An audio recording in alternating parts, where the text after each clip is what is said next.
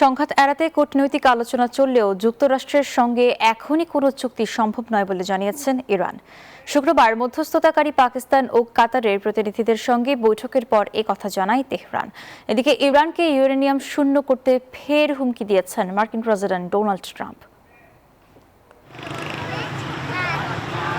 থমকে গেছে ইরানের দক্ষিণাঞ্চলীয় উপকূলের জনজীবন।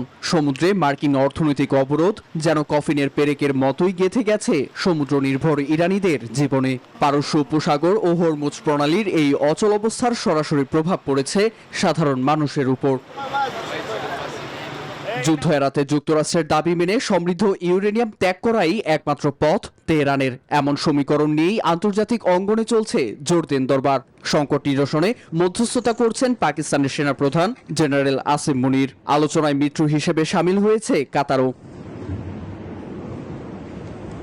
তবে কূটনৈতিক তৎপরতা অব্যাহত থাকলেও ইউরেনিয়াম ইস্যুতে এখনই কোনো চুক্তি সম্ভব নয় বলে স্পষ্ট জানিয়ে দিয়েছে তেহরান।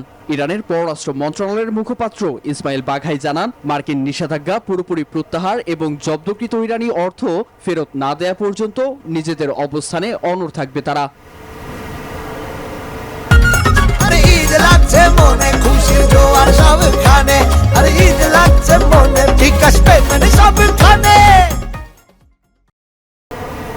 ফলে কূটনৈতিক সমাধানের পথ স্পষ্টতই সংঘাতের দিকে যাচ্ছে। পরমাণু কর্মসূচি তেহরানের জন্য কাল হয়ে দাঁড়াবে বলে হুঁশিয়ারি দিয়েছেন মার্কিন প্রেসিডেন্ট ডোনাল্ড ট্রাম্প।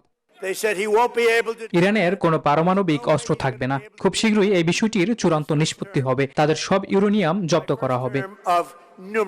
তেহরানের পরমাণু কর্মসূচির বিরুদ্ধে লড়াইয়ে পশ্চিমা মিত্রদের সবসময় পাশে চায় ওয়াশিংটন। সুইডেনে পশ্চিমা সামরিক জোট ন্যাটোর পররাষ্ট্র মন্ত্রীদের বৈঠকেও সেই সুরই পুনর্ব্যক্ত করেছে যুক্তরাষ্ট্র।